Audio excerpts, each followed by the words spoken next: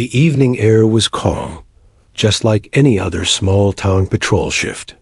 Officer James Rowley cruised down the back roads of Pine Creek. His windows rolled halfway down to let the summer breeze cool the inside of the cruiser. Beside him sat his partner, Blaze, a 4-year-old German Shepherd K9 with keen senses and an even keener instinct for danger. They had just finished checking on a neighborhood dispute and were minutes from returning to the station when Blaze stiffened in his seat. Without warning, the dog growled low in his throat and pressed his snout against the window, sniffing furiously. "What is it, boy?" Rowley asked, his brow tightening. Blaze barked once and began pawing at the door, eyes fixated on the tree line ahead. At first, Rowley saw nothing but the shadows of tall pine trees. Then he caught a thin wisps of smoke rising just above. A canopy. It wasn't the kind of smoke from a chimney or grill. It was dark, heavy, and spiraling. Rowley flicked on his lights and turned off the paved road onto a narrow dirt path, barely wide enough for the cruiser. The deeper they went, the more pungent the air became. The smell of burning rubber, oil, and something else, something darker, filled the vehicle. Then he saw it. A car, half hidden in overgrown grass, was engulfed in orange flames near an abandoned barn.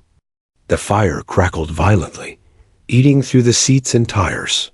But something wasn't right. Blaze barked again, more urgently this time, and jumped toward the rear window. Rowley slammed the car into park and rushed out, grabbing his flashlight. Blaze darted ahead, barking nonstop as he circled the burning vehicle. Rowley ran to the driver's side and tried the door. It was locked and searing hot to the touch. Then he saw her, through the cracked rear window, illuminated by the flickering firelight, was the pale face of a little girl. Her mouth was taped shut, her hands bound tightly with rope, and she was slumped against the seat. She wasn't moving, but her eyes were open barely. "Dear God," Rowley muttered. Yanking his baton from his belt, he shouted into his radio for backup and an ambulance before smashing the glass with 3 sharp strikes. The window gave way with a loud crack. Flames licked at the car's roof as heat exploded outward. Without hesitation, Blaze leapt through the shattered window into the burning car. "Blaze, no!" Rowley yelled, but it was too late. Inside, the heat was unbearable. Smoke filled the air like poison. Blaze ignored the fire, climbing over the seat toward the girl. He bit at the rope, tugged with all his strength, and clawed the bindings loose. The girl stirred and whimpered softly from the broken window. Rowley reached in, burning his sleeve as he pulled the girl out inch by inch. Her legs were tangled, but Blaze nudged and pushed from inside until she was free. Rowley cradled her in his arms, backing away just as the car's gas tank let out a sharp hiss. Blaze scrambled to the window. With a burst of adrenaline, he leapt through the flames and into Rowley's arms. 2 seconds later, the car erupted in a fireball, lighting up the entire field. Rowley fell back, shielding the girl and Blaze from the shockwave. For a moment, everything was still. Then the girl coughed. Blaze whimpered softly and collapsed beside her, his paws blackened and singed. Sirens wailed in the distance as Rowley cradled the child, eyes wide in disbelief. He'd seen many things in his years as an officer, but nothing like this. Blaze had just walked through fire to save a stranger. The little girl was alive. But the real story was only just beginning. Asterisk, the roar of sirens grew louder as emergency crews raced toward the inferno, guided by Officer Rowley's urgent radio call. The fire from the car now towered into the sky, lighting up the surrounding woods. In a haunting glow, the smell of burning rubber, scorched metal, and singed fabric was suffocating.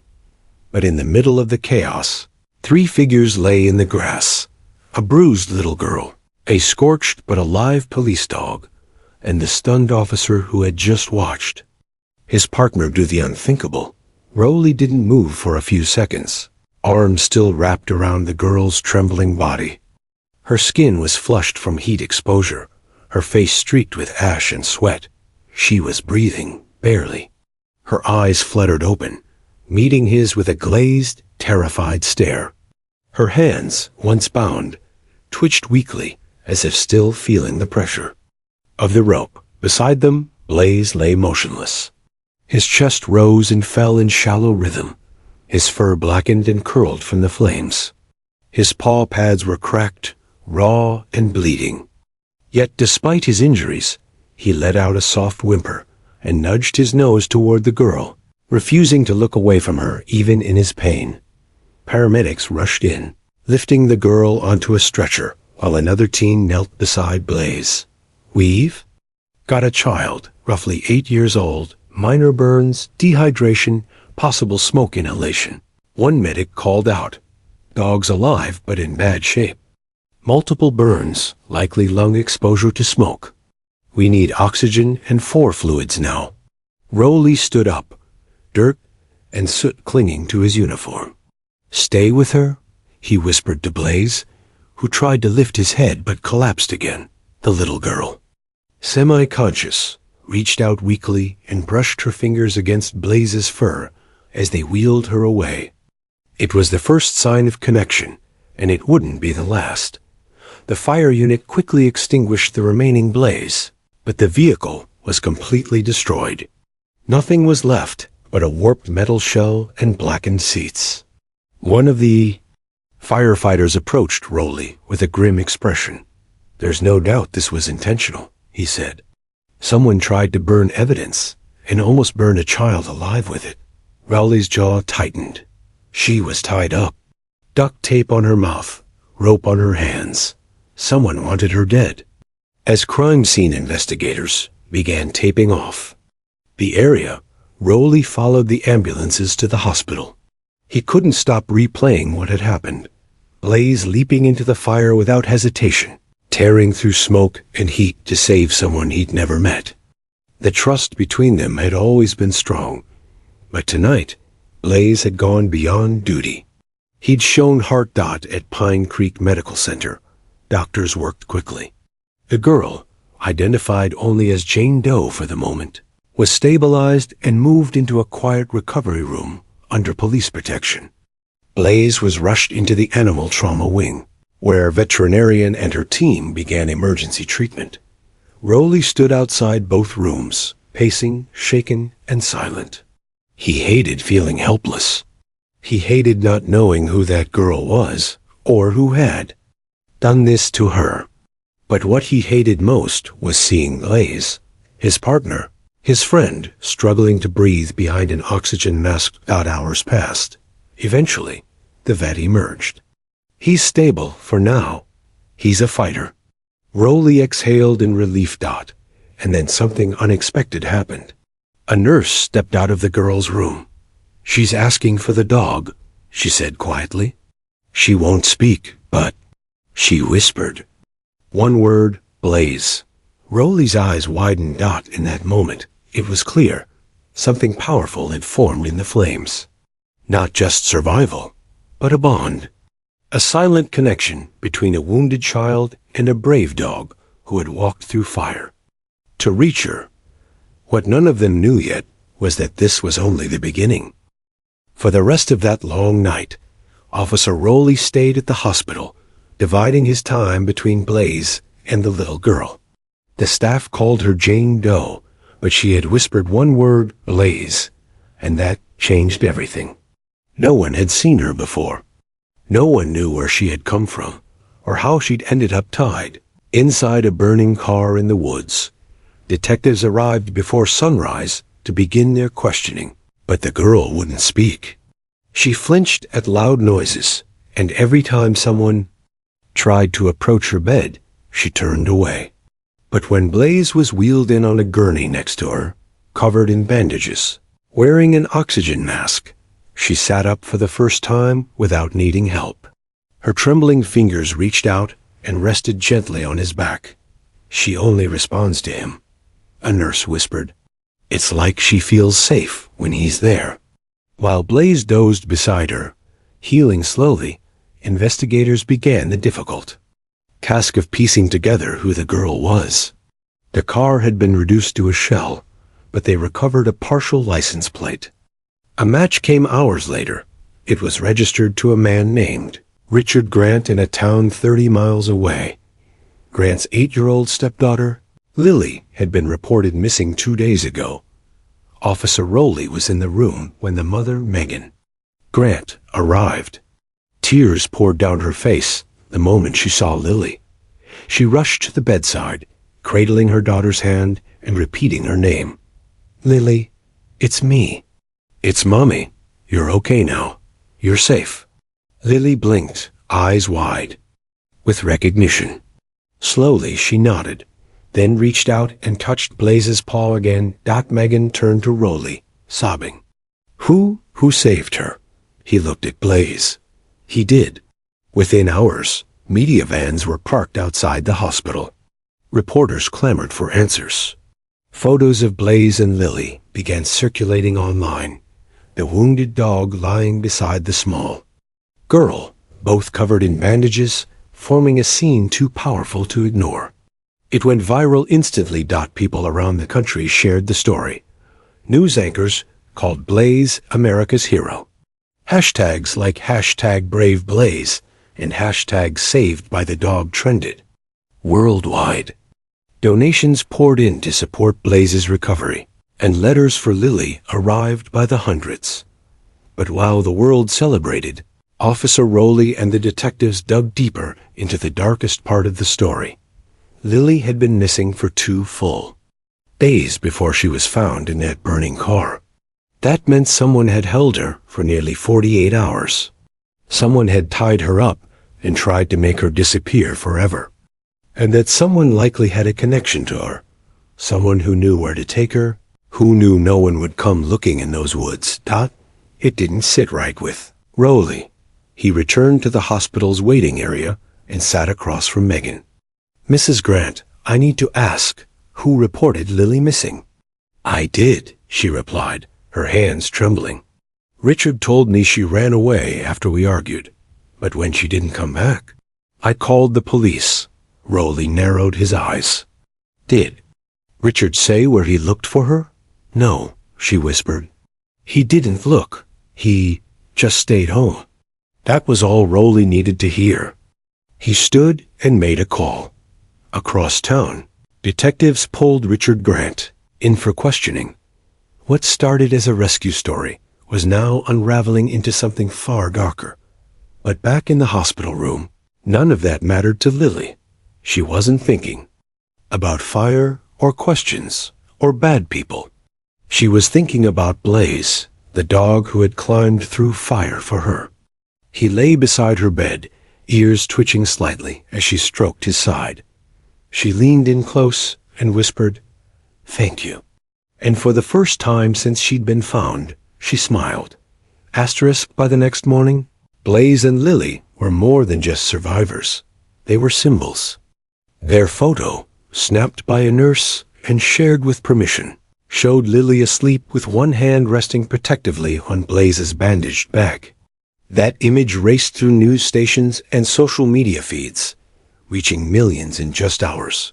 Messages poured in. People from all over the country sent cards, donations, and heartfelt letters. Local schools held rallies in Blaze's honor. Children sent hand-drawn pictures of him with capes and medals. Some called him a superhero. Others simply called him a miracle. But to Lily, he was something more. He was her guardian. Blaze was slowly recovering, though he still couldn't walk without assistance. He had second-degree burns along his back legs and damaged paw pads. Veterinarians warned that he might never return to duty. But Blaze didn't seem to care. All he wanted was to stay near Lily, and hospital staff made special arrangements so the two could share a room.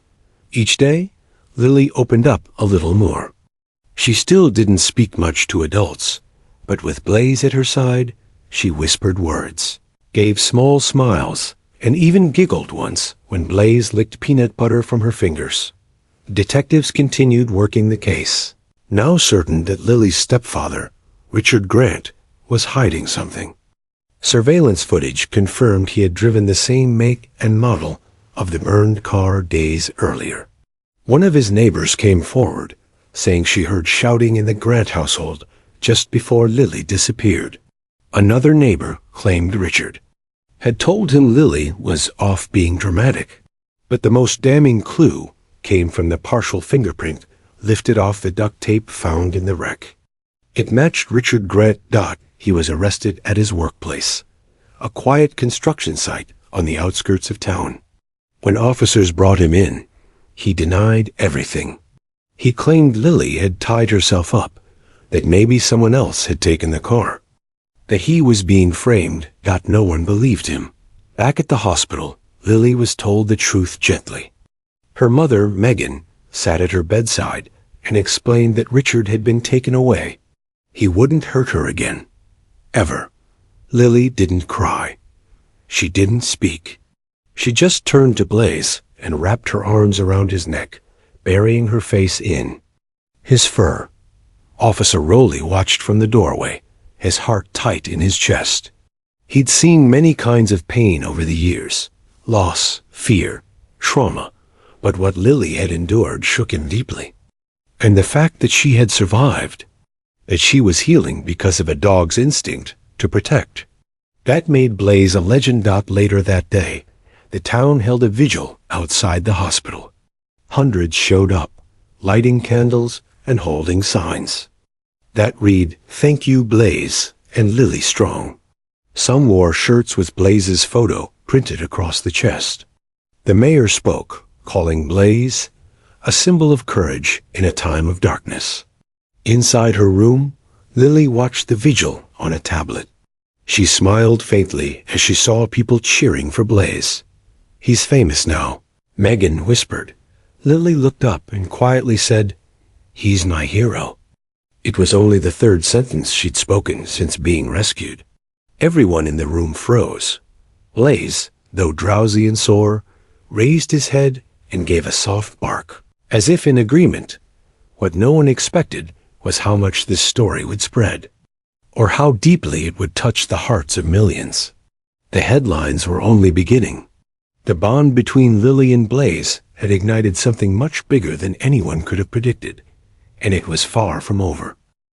The world saw the rescue as a miracle, but to investigators, it was a near tragedy, and someone had tried to cover it up. The more they uncovered about Lily's stepfather, Richard Grant, the more horrifying the truth became. After his arrest, detectives obtained a warrant and searched his home. What they found erased any doubt. Ropes matching the ones used on Lily, partially burned duct tape in a backyard fire pit, and Lily's missing backpack hidden in the garage. It painted a dark, methodical picture. But the motive was still unclear. Then came the financial records. Richard had recently racked up thousands in gambling debts.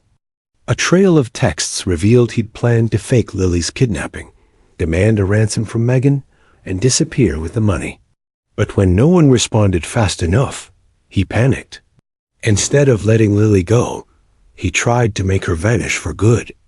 By fire. It was chilling. Megan was devastated. "He told me she ran away," she wept during questioning. "I believed him. I thought I failed her." Officer Rowley reassured her. "You didn't fail her." He did, but she's alive, because of Blaze. At the hospital, Lily began speaking more frequently. With Blaze at her side, she whispered details about what had happened. She remembered being taken while watching cartoons. She'd been tied up in a car trunk. She remembered fear, darkness, and then the light of the fire. But the clearest memory was of Blaze. She described hearing glass shatter, feeling the rope loosen, and seeing a big dog's face with kind eyes. That image had carried her through the worst. Blaze, meanwhile, continued to heal. His wounds were serious, but his spirit was unbreakable. Physical therapy began in short, painful sessions. Though his gait was slower, he pushed through with quiet strength, always turning toward Lily's room at the end of each walk. That bond, unshakable and real, touched even the hospital staff. Nurses began referring to them as Team Braveheart. They decorated Lily's room with dog-themed drawings and Blaze's paw prints. A therapist even gave Blaze a small medal for heroic heart, and Lily insisted it be pinned to his blanket. Outside, media continued swarming the hospital. News. Anchors debated whether Blaze should receive the National Canine Medal of Valor. Some suggested a full public ceremony. Others wrote op-eds calling Blaze living proof that animals have souls. But Officer Rowley avoided the attention. He spent his time by Blaze's side, quietly proud but deeply reflective. He knew his partner had risked everything that night. And it wasn't over yet. One morning, while Lily was being wheeled out for tests, she passed Blaze's room. She stopped, smiled, and whispered, "I want him to come with me." The hospital staff hesitated. It wasn't standard protocol. But after checking with the doctors, they allowed it. Blaze, bandaged and limping, followed her down the hallway. Like a silent bodyguard dot, it was a small moment. But to everyone watching, it was everything. Back in the hospital room, Megan received a call from the district attorney's office. They confirmed Richard would be charged with attempted murder, child endangerment, arson, and kidnapping. The trial would move forward quickly. The evidence was overwhelming. Justice was coming. But Lily didn't ask about the trial or her stepfather. Her world had narrowed to one thing: healing with Blaze beside her. She read stories to him, watched. Cartoons curled beside him, and sometimes just sat in silence. Fingers tangled in his fur. Officer Rowley watched all of this unfold and knew one thing for sure. Something powerful had been born from that fire. Not just survival, not just justice, but a friendship that would last far beyond scars and headlines. World had found a hero, but Lily had found her protector, her comfort, and her best friend. And soon, the world would celebrate them both. The day of the ceremony arrived like a celebration wrapped in healing. Pine Creek's town square had never seen a crowd so large. Banners fluttered from every light pole, reading, "Honor the brave, Blaze and Lily." Schools were dismissed early. Families gathered with flowers, waving hand-drawn posters of the heroic German Shepherd who defied death to save a child.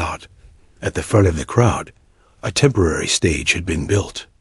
A giant photo of Blaze, mid-rescue, served as the backdrop.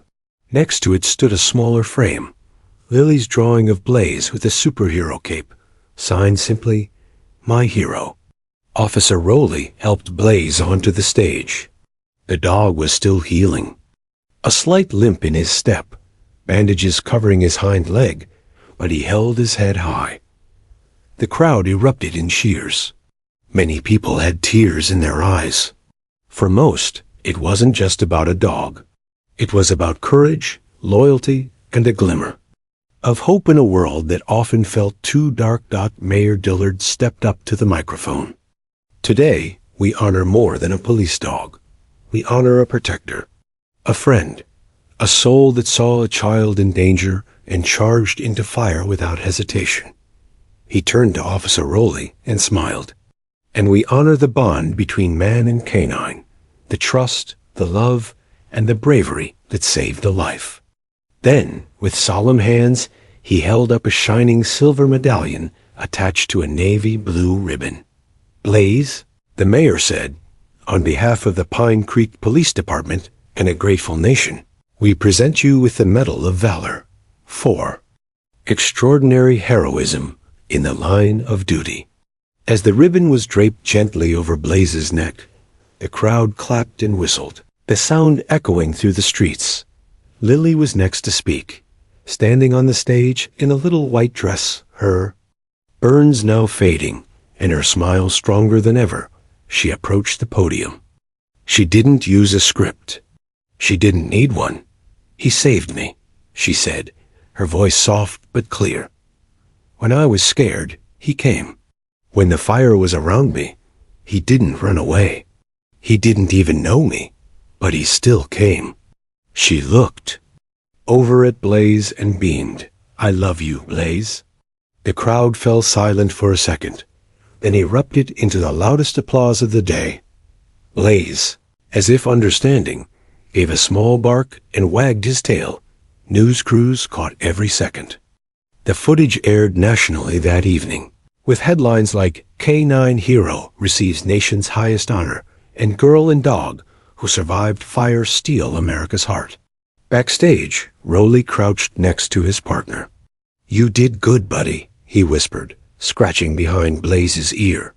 "Real good." Blaze nudged him in the chest and rested his head on his lap. Eyes calm, body relaxed. For the first time since that night, the weight of trauma began to lift Dot later that evening. Officer Rowley and Megan met with the police chief and town officials. In a quiet room behind the stage, "The community has made a request," the chief said, clearing his throat. "Blaze is due for retirement, given his injuries. And everything he's been through, we believe he deserves peace." Megan looked confused. "Where will he go?" Rowley smiled. "That's up to Lily. If she wants him, he's hers." The room fell silent as Megan turned to her daughter, who gasped with joy. "Really?" Lily asked, eyes wide. Rowley nodded. "Really, he's yours forever."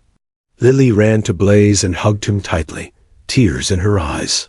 "You're coming home," she whispered. "You're my hero. Now you're my dog, too." It wasn't just a medal that Blaze had earned.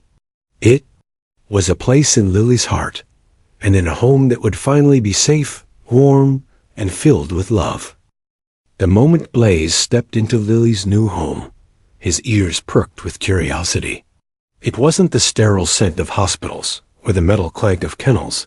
It was warm, safe, and filled with laughter. Megan and Lily had moved into a small cottage on the edge of town, surrounded by wide fields and tall oaks. Blaze limped slightly as he explored the living room, but his eyes sparkled. He was finally home. Lily had prepared a special corner just for him. A soft bed with a paw-print blanket, toys lined neatly in a box, and a handmade sign above the spot that read, "Blaze's Place." As soon as Blaze laid down, Lily nestled beside him, her head resting on his chest. His breathing was steady, calm, and full of peace. For the first time in weeks, Lily slept through the night without nightmares. Her mother watched from the doorway, silently thanking the dog who had not only saved her daughter's life, but helped her soul begin to heal. Officer Rowley visited a few days later with Blaze's official retirement papers. He carried a photo album in his hand filled with snapshots from Blaze's years of service. Training sessions, patrols, and community events. But the last pages were blank. "I figured Lily might want to fill the rest," he said, handing it to her with a wink. "It's his next chapter." Lily smiled wide. "I already started." She ran off and returned with drawings. Blaze playing fetch, Blaze eating ice cream, Blaze wearing a superhero cape. Rowley chuckled. "Looks like he's in good hands." Though Blaze was retired, his presence was far from quiet. He became a fixture in the neighborhood. Children came by to see him. Schools invited Lily and Blaze to speak about bravery and kindness. They didn't speak in long speeches, just stories and laughter. But that was enough. Meanwhile, Richard Grant's trial moved quickly. The evidence was overwhelming. The duct tape, the car remnants, Lily's testimony combined, they painted a chilling story of cruelty and betrayal. The jury deliberated for just a few hours. Richard was found guilty on all charges and sentenced to life in prison. Lily didn't attend the sentencing. She didn't need to. She had already moved forward. One sunny morning, Megan found Lily and Blaze sitting under the big oak tree in their backyard. Lily had a book open in her lap and was reading aloud. Blaze, half dozing, twitched his ears at the sound of her voice. And Ben the dog raced into the fire, not because he had to, but because he loved her, Lily read softly. Because real heroes don't wear capes. They wear fur. Megan's eyes welled up with tears. That night, as they prepared for bed, Lily placed her superhero cape, originally meant for her costume party, around Blaze's neck. It was red, a little too long, and held together with Velcro. There, she whispered. Now everyone knows. Blaze didn't need the spotlight. He didn't care about ceremonies, medals, or internet fame. But he understood Lily. He stayed close. He watched over her. And every time she reached for him, he was already there. For Blaze, this was the reward.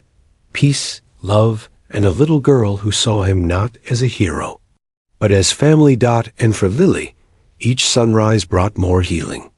Her scars faded, her laughter returned, and her heart no longer trembled in fear. Because the one who found her in fire now lay beside her in peace. It wasn't just a new life. It was a new beginning for both of them. Months had passed since the fire, yet the bond between Lily and Blaze only grew stronger. The once terrified little girl was now a bright presence in her school, surrounded by friends and teachers who admired her courage. Blaze, despite his scars and limp, walked proudly beside her, a silent guardian who had become her constant companion. Their story had reached far beyond Pine Creek. It inspired children's books, safety programs, and even a documentary highlighting the unbreakable loyalty between humans and dogs. Everywhere they went, people recognized Blaze the dog who had walked into flames to save a life, and Lily, the girl whose smile defied darkness. At home, the cottage was filled with warmth, laughter. Every evening, Lily read aloud to Blaze, her voice steady and filled with joy. He lay beside her, listening as if he understood every word. Sometimes she told him about her dreams for the future, dreams where fear no longer ruled, where she could run freely and feel safe. One summer afternoon, as golden sunlight streamed through the windows, Megan watched her daughter and Blaze in the garden. Lily had tied a bright ribbon around Blaze's neck and was tossing a ball with him. The dog's tail wagged vigorously despite his injuries, his eyes shining with happiness. Megan thought back to that terrible night, the smoke, the fire, the terror, and felt overwhelming gratitude. Gratitude not just for the miraculous rescue, but for the strength they'd found together afterward. Blaze hadn't only saved Lily's life. He had saved her spirit. When asked about the scars Blaze still carried, Lily would smile softly and say, "They're reminders that bravery isn't about never getting hurt. It's about not giving up, even when things burn." In the community, Blaze became a symbol of hope. Schools invited Lily to share her story alongside Blaze, teaching children about courage, kindness, and the power of friendship.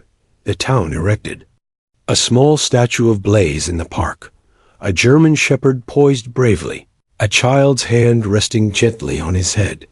During the unveiling ceremony, Lily stood on the stage, holding Blaze's leash tightly. Her voice was clear as she spoke. This statue isn't just about one dog or one girl. It's about all of us, the people who find strength in each other, who face darkness with light. As the crowd applauded, Blaze looked up at Lily and gave a soft bark, as if agreeing. And at night, when the world was quiet, Lily would whisper to Blaze, "Thank you for being my fire in the dark." Blaze would rest his head on her lap, warm and steady, a reminder that even in the worst moments, love and courage could shine through. Their story was no longer just about survival. It was about the flame they ignited together, a flame that lit up the world. And that light would never go out.